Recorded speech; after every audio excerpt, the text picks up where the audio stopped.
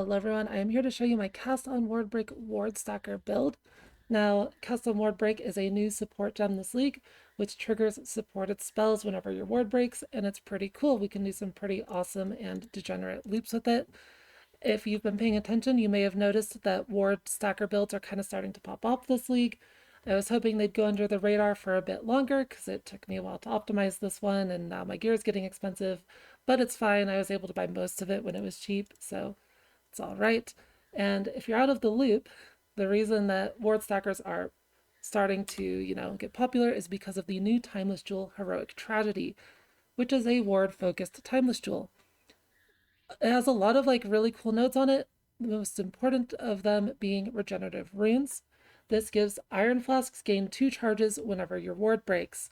Now, you might not understand why that's important, but basically this allows us to create an infinite loop of ward, and it's pretty awesome. We can have infinite ward. Normally, whenever you take damage, your ward will break. So I have like 20,000 ward. Even if I were to take a hit of 1 damage to this ward, it would be gone for like 2 seconds, and it wouldn't be protecting my life or anything like that.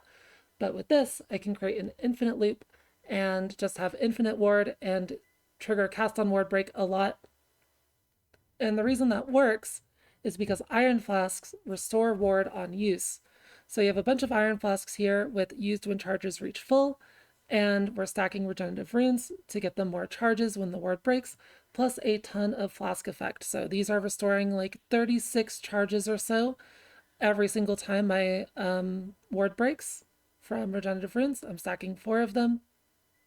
Pretty cool. I got really lucky on this jewel.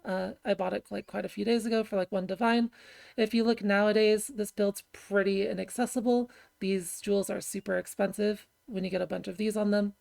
But if you can get one, highly recommend playing it. It's pretty cool. But yeah, anyways, we have our, flask restoring. So whenever we get hit, the flask gets used, the ward gets restored, we have permanent ward. How do we use that to actually create a loop of cast on ward break for spells? Because if you need to get hit by monsters, it's like a little awkward, right? Well, for that, we're using Heartbound Loop with summon skeletons linked to cast on ward break. So whenever a minion dies, Heartbound Loop will do damage to me, breaking the ward, and it will instantly restore from the flask. Then it will also summon some skeletons because cast on ward break. And my skeletons have a duration of 0.09 seconds. So, within a tenth of the second, they will die again, breaking the ward from Heartbound Loop, restoring with the flask, and summoning themselves again. And it looks a little something like this. As you can see, we're summoning skeletons over and over again, very, very, very quickly. All right, so we have the base engine going. Now, what can we do with it? A bunch of other gems here. First up, we have Forbidden Right. Forbidden Right is a pretty classic ward loop engine enabler, and the reason for that is because it does self-damage. So as long as you stack a bunch of recoup, like I have life recoup here, I have mana recoup here, I have mana recoup here, more life recoup and stuff like that, you have a lot of life and mana regen. So we put Forbidden Right in, and yeah, we have recoup enabled now. It's hard to show, but we're getting, life and mana recoup.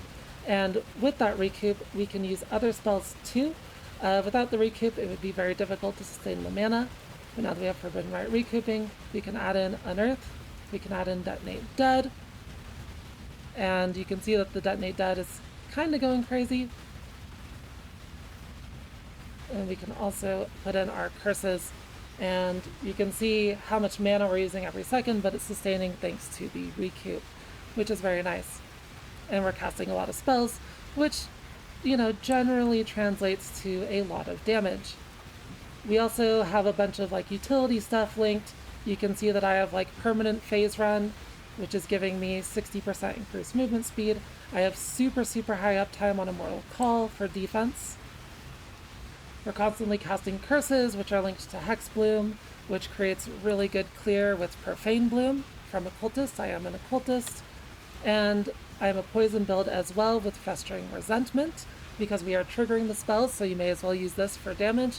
Triggered spells poison on hit, and all damage with triggered spells can poison. It's very, very, very strong, in my opinion. If you're doing a triggered spell build, it's It's just super good. It's too efficient. I think it's too much value from a single weapon slot just to get free poison. Plus, you get to use Beanos for clear. The poison prolif is super strong, especially with Hex Bloom, Profane Bloom. And yeah, it's just very, very cool.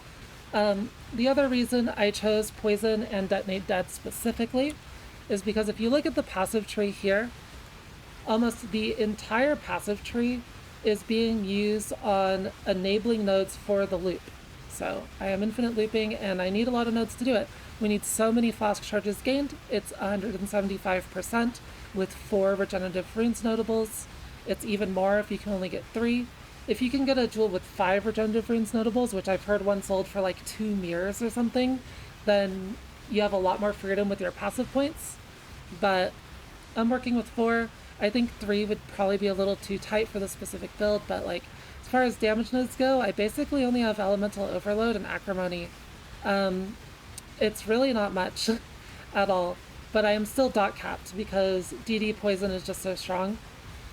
We also get to use Unearth to scale Corpse Life for DD, which is very nice.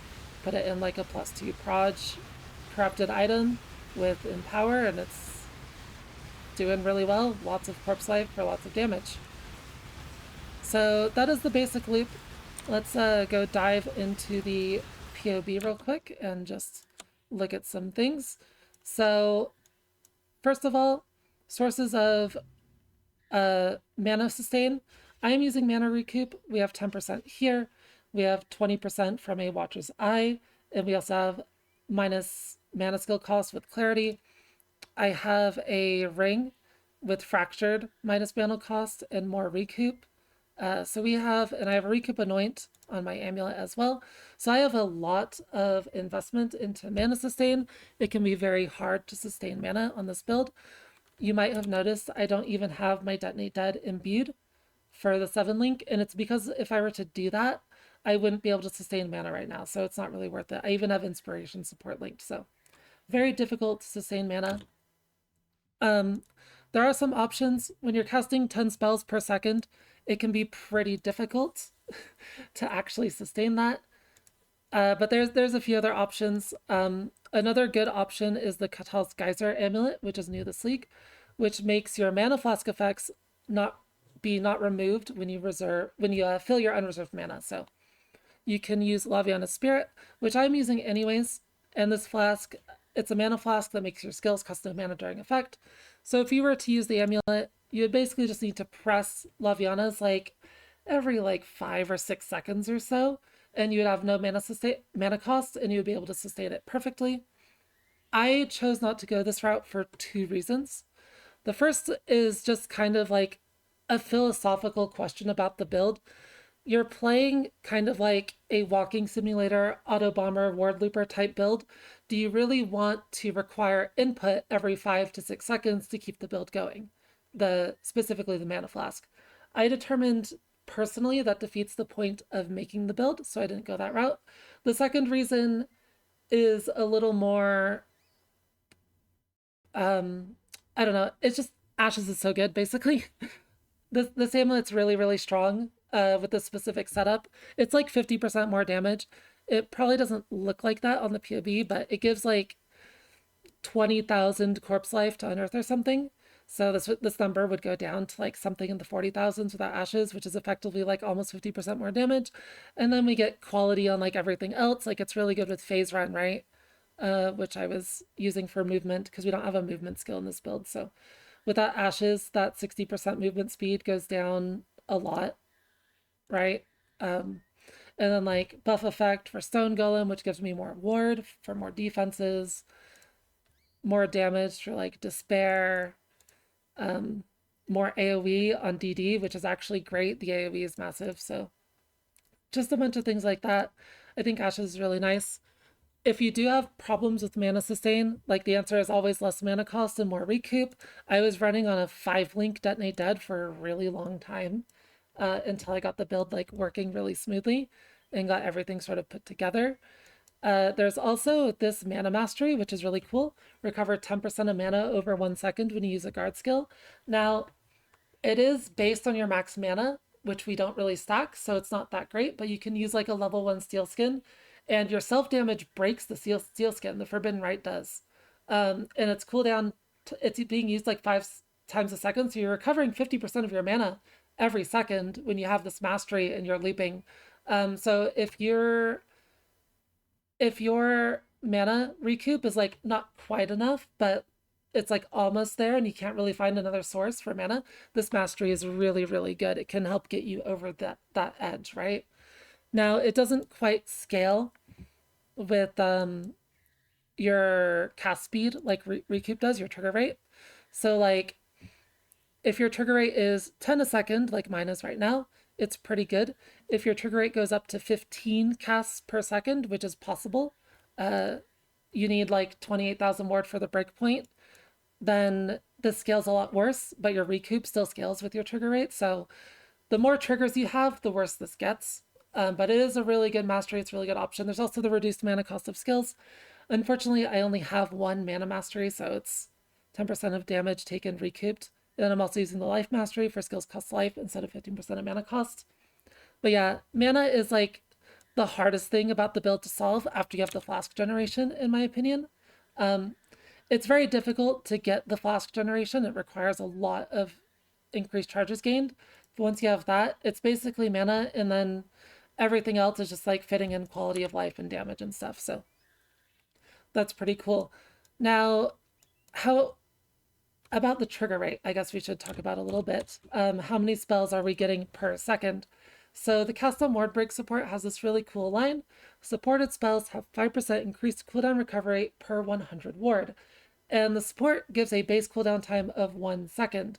So you can see right now my Detonate Dead is 0.07 second cooldown time. If I were to take off the belt, go down to 4,000 ward, you can see here it's 0.32 seconds. So stacking ward is really important for your damage. And of course, it gives tankiness as well. That's always a great combo for success in any build in PoE, right? Stacking defense is stacking damage. So the breakpoints for the cooldowns as well. At a bit above 18,000 to 19,000 ward, you get 10 casts a second with the cooldowns, and actually above 28,000 ward, which I have with my flasks on, you can do 15 casts per second. Unfortunately, it lags my PC a little too much, but I can show you what it looks like real quick because I do have it set up for that. You do need a Swift Affliction on the Summon Skeletons as well to get their duration low enough, so you can see it lasts 0.06 seconds. And my Detonate Dead cooldown is also like 0.06. It's like rounding wrong, I think. But yeah, we can go ahead and look at that real quick.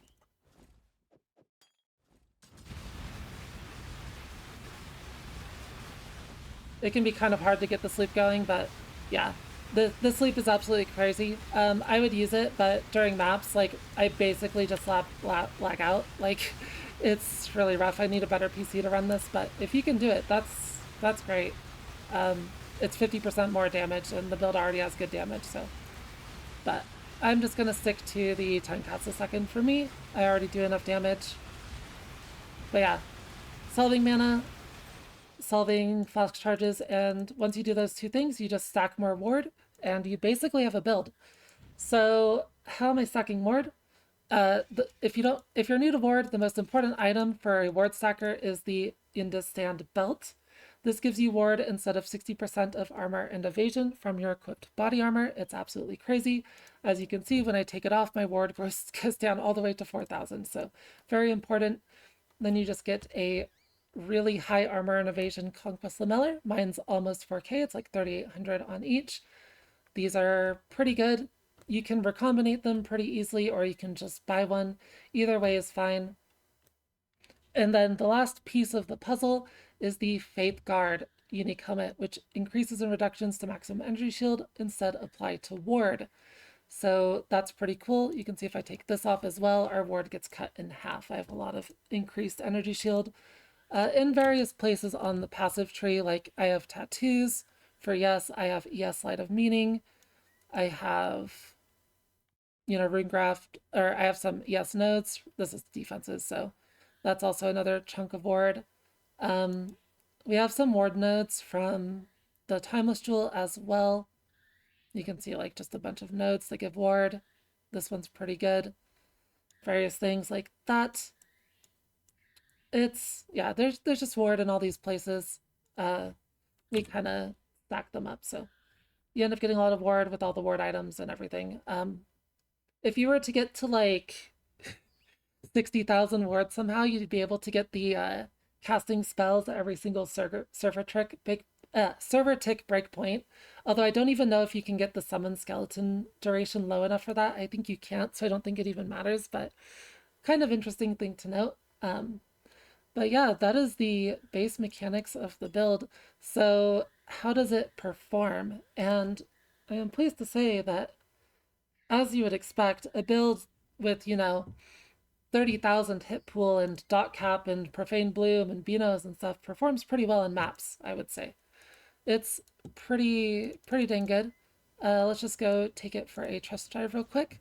I did prepare a pretty nasty map for a tank test. I've actually never done anything like this before, so hopefully it goes well. Otherwise, that'll be embarrassing. But basically, we have minus max res, phys is extra fire, 200% phys is extra, unstable tentacle fiends on a abomination map.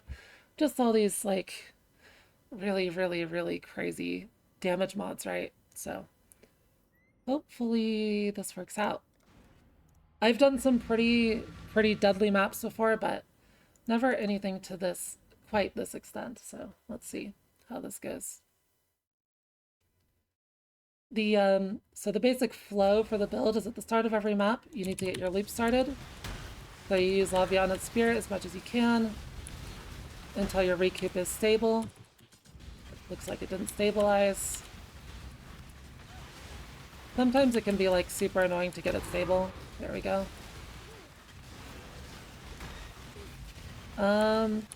While I was messing with things, did I screw anything up? Oh, my clarity is off. 1 second. That's embarrassing. My clarity is off, so I wasn't, 1 second.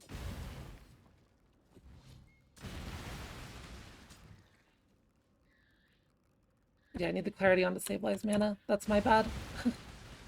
For, not realizing that. Now we should be fine. Yeah, you can see that the build is rather finicky. If you don't have everything set up, like, perfectly, it can cause issues. Okay, so now we have the loop going. We shouldn't die.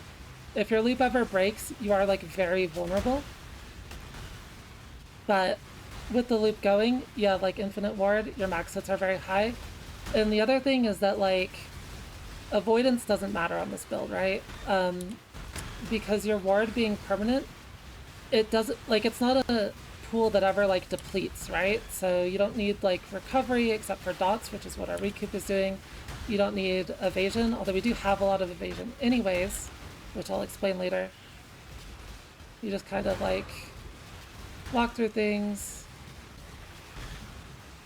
And let's just go find the boss real quick. Now, this is a build that's not using a movement skill, which some people might find kind of weird. I did try to get as much movement speed as possible in the build, so that's not really as much of an issue. And I'm pretty happy with the amount of movement speed. You can even add in a Quicksilver Flask if you really wanted to. I have not done that yet, but I might do it later. We'll see. Let's not kill Dodri first. She's a little bit annoying. If you,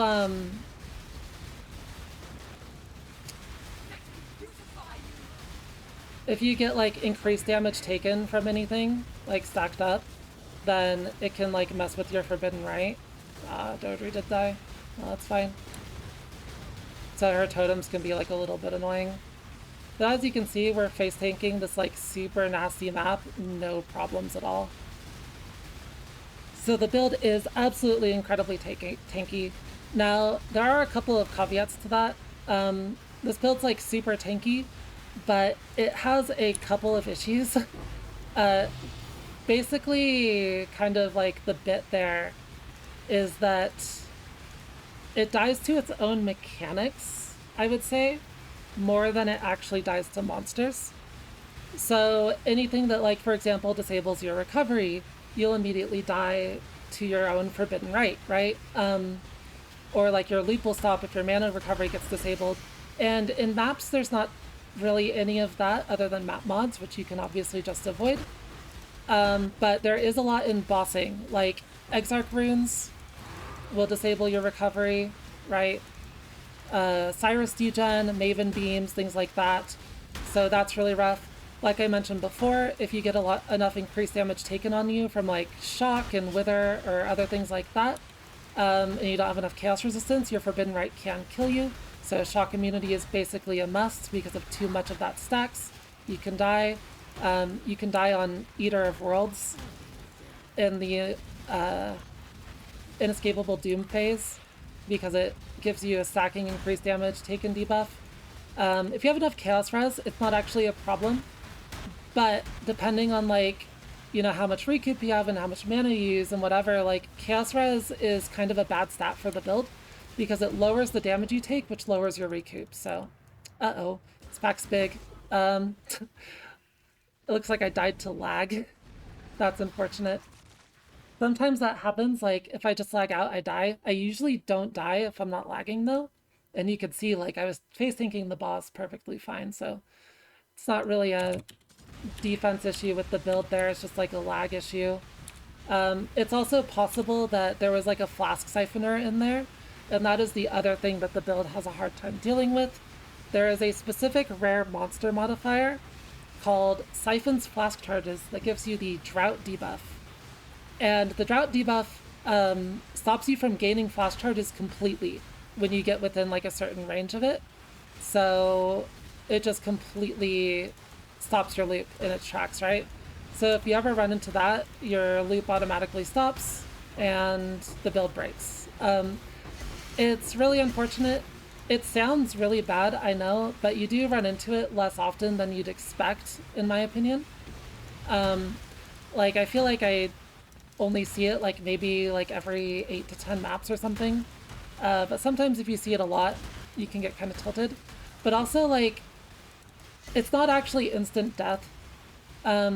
If you were playing like a build that could off-screen it, you'd probably almost never die to it. And this build usually does off-screen it with enough density. The monster just dies before before it can do damage to me, or before I get to the aura and before I can turn on my loop, basically. So there's that. But yeah, because of those things, you know, having a monster that can disable your build and just like a couple like gimmicky things where the build sort of just kills itself. It's not really like hardcore viable, obviously, but in general, like it is super tanky.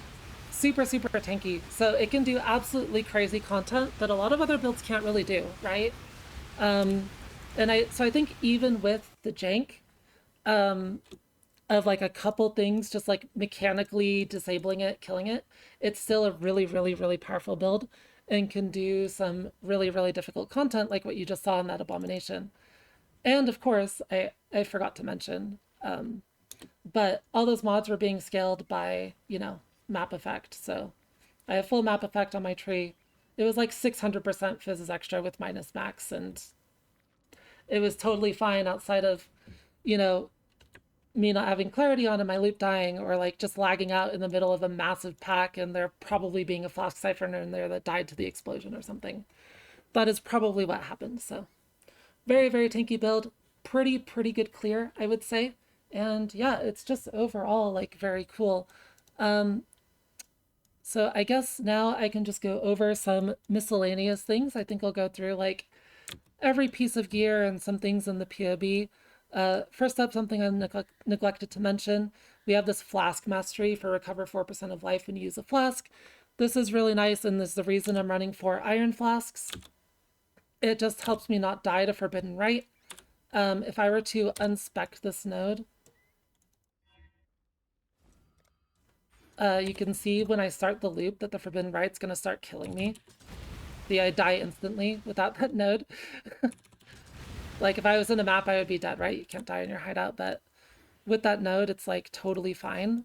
So that's the reason I'm running 4 iron flasks, because it sustains Forbidden Right on your HP like perfectly. It's really good. Some other stuff on the tree. We have Blacksight's Training as the keystone from the Timeless Jewel, and this thing is crazy.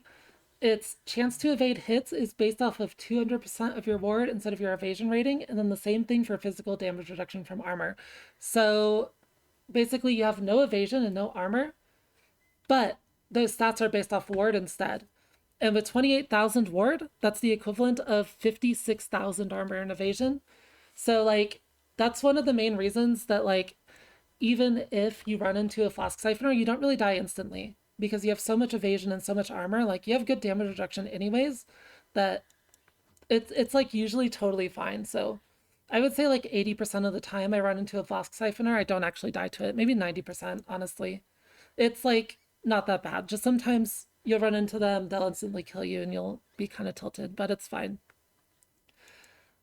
We have super efficient damage nodes in Elemental Overload and Acrimony. These are like, this is like really good for Poison DD because it's poison from elemental damage. So Elemental Overload is great. I still only have like 5 passive voices. These would be great upgrades to get that I'm kind of working on. I'm just kind of poor because I'm doing the rest of the build. You do need Blessed Rebirth on a cluster jewel for minions created recently cannot be damaged. If you don't have this and try and go to a map, your skeletons will randomly die to things and your loop will break. So it's very important. And it can be pretty nice if you use the new refracting fog currency to fracture it and then create a different cluster jewel, because the jewels these come on don't have like a second good notable. But here I turned it into a chaos damage over time jewel and got Brood for Potency, which is a really great node. It's increased damage over time with flash charges gained. This is another reason the poison is really efficient, because you're investing into flash charges gained anyways. So you may as well go, get a use out of all of this increased damage over time that you're getting from these, flask jewels. So that's really nice. I have an impossible escape for perfect agony. This is pretty important because you need these flask nodes down here as well to, have your perfect flask sustain. These nodes are really, really good.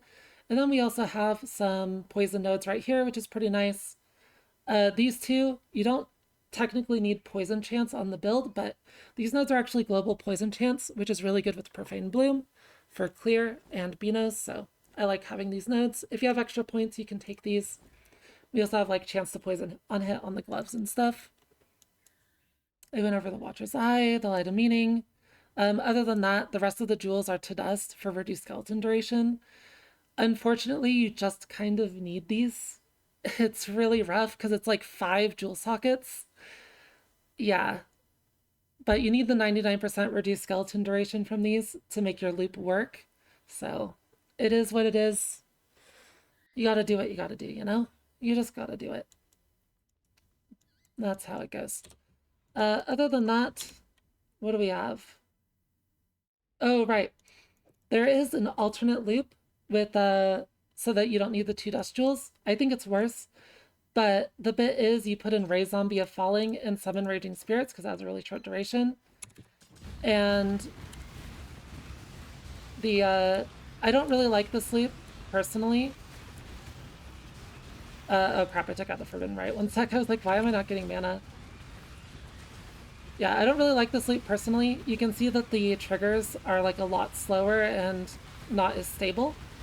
But if you, for some reason, like, if you're on like a budget version and you can't get the, which is weird to say considering the timeless jewel is so expensive, but if you like can't get the voices because you randomly got the jewel in SSF or something, or like you just don't want to use the 2 dust jewels for the skeletons or whatever, this version of the loop is viable and it will work. It's just worse.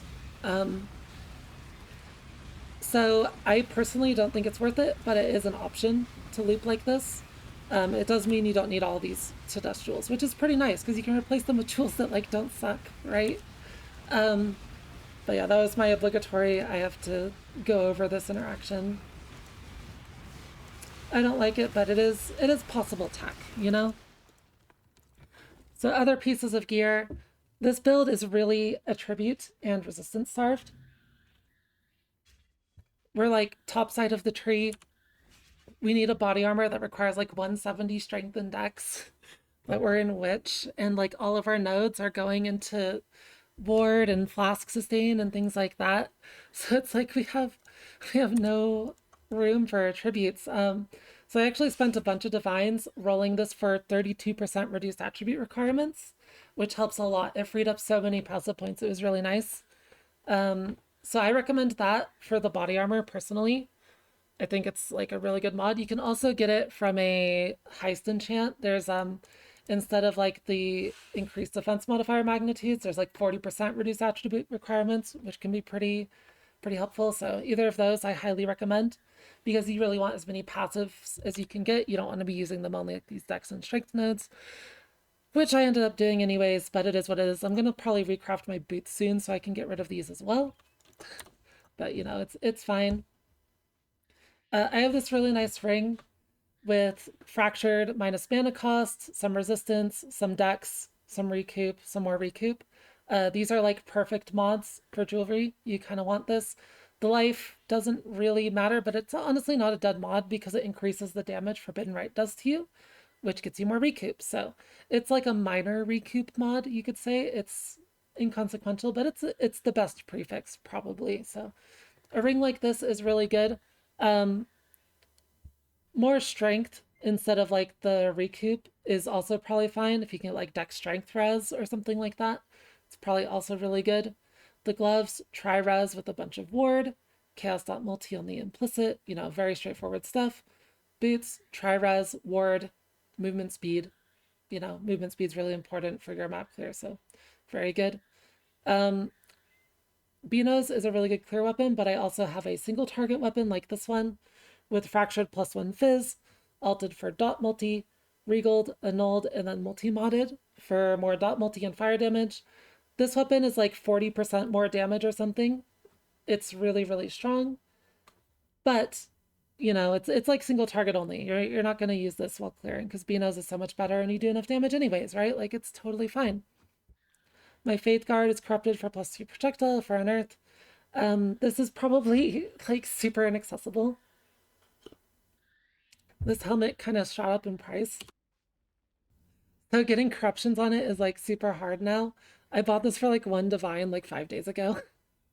It's you're gonna do a lot less damage without this, but it's fine. Like, I don't know, maybe you can like who knows, right? You can probably get like plus gems on like gloves or boots or something and put unearth in there, maybe. It is an AoE gem. I don't remember like all where all the gem mods are nowadays, or maybe you need to double corrupt, but like I mentioned before, Ashes is really good. One thing that's important for starting the loop is in your weapon swap, you want trigger spectral spirits when equipped. That'll summon some spectral spirits when you weapon swap. And that's how you start the loop, because when you weapon swap back, you won't have it anymore. They'll die. It'll trigger your Heartbound loop, and then your ward will break, and you'll trigger skeletons, and the loop will begin. So you can see the loop starts when I swap back. Um, and yeah, that's basically the gear. There are a couple things I wanted to talk about with like alternatives. First up, I mentioned the Cautel's Geyser earlier. You can use it if you want. You will need Mana Flask Sustain somewhere, but it's a valid option. I just personally didn't want to do it. But you can take all that investment into like mana recoup and stuff and put it elsewhere. So it's like not a bad option. I just think Ash of the Stars is better. There's also Ulroth's Charge, which is boots that give you adrenaline for 3 seconds when ward breaks. These are pretty cool. The build is just like super, super tight on resistance. You can see my lightning res isn't even capped right now. It doesn't really matter because I take so little damage. But like, yeah, uh, it's pretty hard to cap res without res on the boots. So I think these are kind of hard to use, but adrenaline's nice. It's a ton of damage, 100% increased damage. These are like 20% more damage or something for a lot of setups. And movement speed. These boots give 45% movement speed, so that's also really nice, right? But their ward is kind of low, and overall, I think they're worse than a good rare just because you lose too much. Another thing about the body armor specifically, uh, this is just kind of a PSA, so no one gets baited. But the increased global defense mod, this is just exactly the same as the one I'm wearing, except it has increased global defenses instead of the like hybrid armor evasion mod. And as you can see, it is less ward. So don't get baited. Don't make a more expensive body armor that's actually worse because increased global defenses sounds good. We have so much increased defenses in Energy Shield already that this mod is quite bad. If you weren't using Faith Guard, this mod would obviously be BIS because global defenses is a hard stat to get. But with Faith Guard, this mod is just straight up terrible, in my opinion. And just get a cheaper, better armor, right? So don't use this. Just don't use it. It's not worth it. You lose ward and it's expensive, and yeah, don't use it. All right, so on to gems. First up, DD chain reaction with just some support gems. I have cast one damage taken in here on the POB to simulate ward break because the trigger on ward break isn't supported yet in the configuration. So one thing that's really nice is that cast one ward break is actually supported skills deal 22% less spell damage, which is really cool. Spell damage does not apply to, one, the explosion from Detonate Dead because it's secondary damage. It also doesn't apply to poison in general, so that's really nice. So we have cast one damage taken, simulating that. It has 27% less generic damage on it. So in the config, I do have Detonate Dead deals more damage to offset that. We also have this in the config. This is just because POB has a bug right now where the corpse explosion doesn't get the poison stats from Festering Resentment. It works in game, obviously, as you can see by my damage, but it says spells in POB, and it's like, oh, the corpse thing isn't a spell, but DD is a spell, and that's what this is talking about. It's not actually modifying spell damage, it's modifying the spell itself, so it still applies to the corpse explosion. That's just a POB bug. And yeah, I have like the block size training isn't in POB yet, but we have this much armor and evasion rating. The phys damage reduction is really nice. Normal like ward looper builds don't normally get phys damage reduction because they need to maximize the damage from Heartbound Loop, but we don't care how much damage it deals. We only care that it does damage at all to break the ward, right? So that's pretty cool. Then we have Unearth with cast on ward break, greater volley, greater multiple projectiles. So I have the GMP imbued. This is rather expensive. You can do GMP or greater volley, obviously, either one works, but you need both because otherwise it's not summoning enough corpses for your chain reaction to actually consume all the corpses because this consumes 8 corpses, so you want 8 corpses on each, at least 8 projectiles on each cast of Unearth. And the projectiles are more important than gem levels, so make sure you do that. Basically, you can't put an Empower until you get this Imbue, right? You would use GMP over Empower before you have the Imbue, so just an important thing to note, but the Imbue is quite strong. Currently, I'm using Haste. One thing I can do is that when the loop stabilizes, right? When it's stable, you're not really like going low on mana. You can actually click the haste to reserve it when the loop is stable, and it's just a nice little bit of extra movement speed. So that's pretty cool because we want all the movement speed we can get for mapping. It's pretty important. But I do want to replace it with Purity of Elements at some point because it frees up a lot of resistances. It gets a shock immunity, like I mentioned, is really important, so I can change a bunch of things around. But I need Eternal Blessing imbued Purity of Elements to do that, and I do not have it because that's kind of something you want on all the time, right? You wouldn't really want to just like be clicking it over and over again like I'm doing with Haste right now, so waiting till I get Eternal Blessing, but that's like a really nice upgrade. One slightly annoying thing is that because these gems, your auras, are in the Festering Resentment, they're in your weapon swap, and you weapon swap a lot, right? So if you don't have them set up properly, they'll turn off. So like the haste here, I weapon swap, and yeah, we don't have haste anymore. However, there is a way around this, and it's if you have the exact same gems with the exact same links in the weapon swap, it'll work. So my clarity, you can see it's on, and my weapon swap, I have clarity arrogance here as well. So that just, you know, that works basically. Um, yeah, yeah. So you do want to make sure to set that up. The reason the auras are in the Festering Resentment is because it has trigger a socket spell when you block, which means you can't put a cast on ward break setup in here. So this is where the auras go, because everything else has a cast and ward break set up, so your auras have to go in here. It's just like a little minor annoyance, but you have to do it. Obviously, the reason I'm using Clarity is because of the Watcher's Eye. Um, if you use a mana solution that doesn't require the Watcher's Eye, you can drop Clarity and just get Eternal Blessing, Purity of Elements, or something like easily. You don't need to imbue it, right? So that's always an option. That's pretty nice. But I do need Clarity because of specifically this Watcher's Eye, which this type of Watcher's Eye is honestly very, very good. Recoup and minus mana cost is really nice. There's also recoup and recovery rate, which is very good, but a bit worse than the minus mana cost. The minus mana cost is definitely better.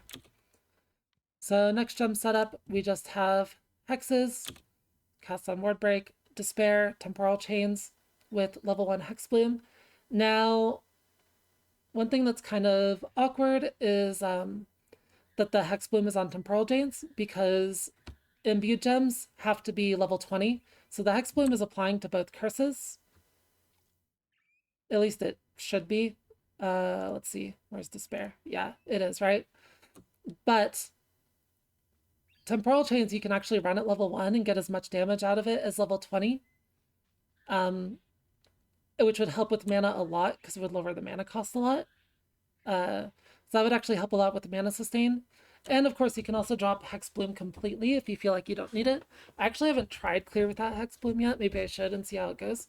But the main thing is Temporal Chains Hex Bloom was like 20C and Despair was like 15 divs. So I got the Temporal Chains one. But Hex Bloom on Despair is like objectively better because you can run level 1 Temp Chains and save a lot on mana. So that's pretty nice. But yeah, that's the curse setup. Then we have Immortal Call, Golem, Phase Run, Ward Break.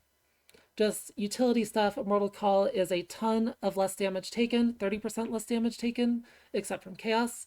And the uptime is absurdly high. Like, can we see uptime in here? Um, Uptime, 83%. So pretty good. Actually, no, it's more than that, right? No. It has the cooldown recovery. Cool. Yeah, so the uptime's like very, very, very high and it's automated, so it's pretty nice. And we're already pretty tanky. We have Stone Golem, which is increased defenses, which is more ward. You can do Stone Golem, you can do Flame Golem for damage and AoE. You can do Chaos Golem. Chaos Golem is the best one for damage by a lot because it's dot multi, but it also gives Chaos Res. Like I mentioned earlier, Chaos Res can be a bad stat. If you're not playing a cultist, it's a lot better. Because you're not getting like the 60% from the ascendancy, but on a cultist, even a little bit of chaos res can hurt. Mine's up at like 27% right now, and I don't think I could really do much more. I'm getting it from fatal toxins and like Benos, so.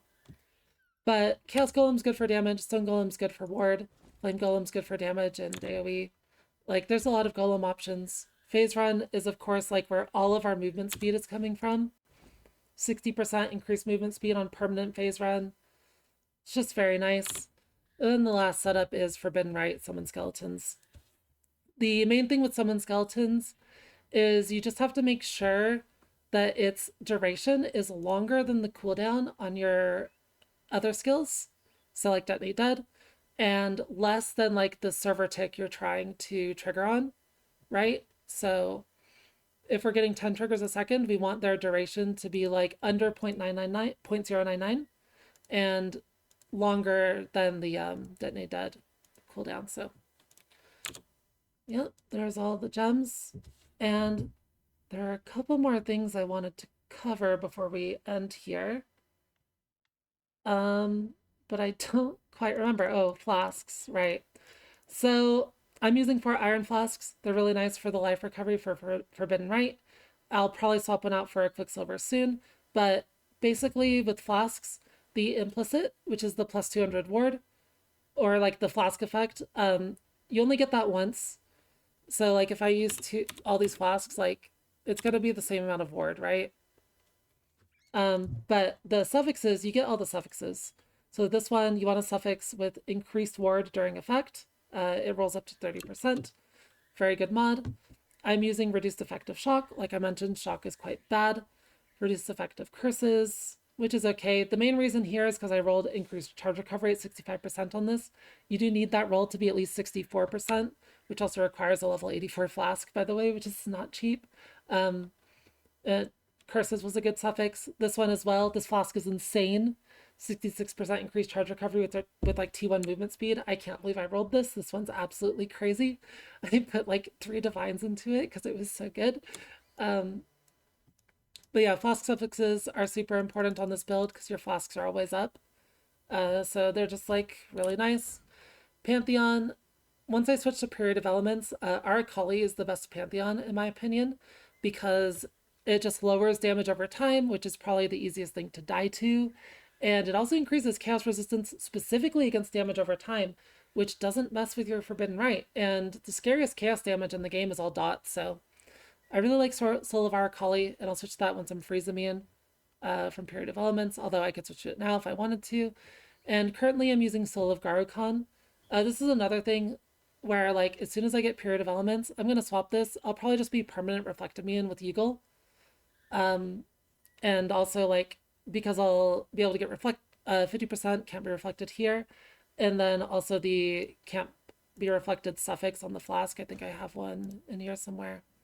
Yeah, the suffix along with Eagle is just reflect immune. And since your flasks are always up when you're doing damage, like you are immune, right? So that's very nice. But yeah, I think that is about it. The loop is very cool. The build is very cool. I highly recommend it if you can somehow get your hands on a timeless jewel. But it is like really tweaky. There is a little bit of jank. There's a lot to optimize. It's the kind of build that you should only really play if you really, really like tweaking and PoE and stuff. And of course, I'm open for questions in the comments and whatever. If you like, are having a hard time getting things running, having issues, like there's a lot that goes into it. But it's very good once you get everything set up and going together, and like you can keep investing in it for a long time, right? Because like you can get better cluster jewels, you can get a better timeless jewel, you can get better voices, you can always get better gear, and there's just like so many things to continue upgrading and stuff. This league is absolutely crazy for top end power. It's just it's really fun. I'm enjoying the build a lot. So if you've played Ward Leaper before and you like it, like this version of it I think is incredibly strong, incredibly cool, and super fun to play. There's just, a little bit of jank is the disclaimer, but it's cool, it's fun. Anyways, leave a comment if you enjoyed the build, like the channel, and I will see you all in an update, hopefully in a few days. Hopefully I'll farm enough currency to get some even better gear and show off an update. But honestly, at this point, the build is like, it's pretty complete. Like I can keep upgrading it, but it's pretty complete.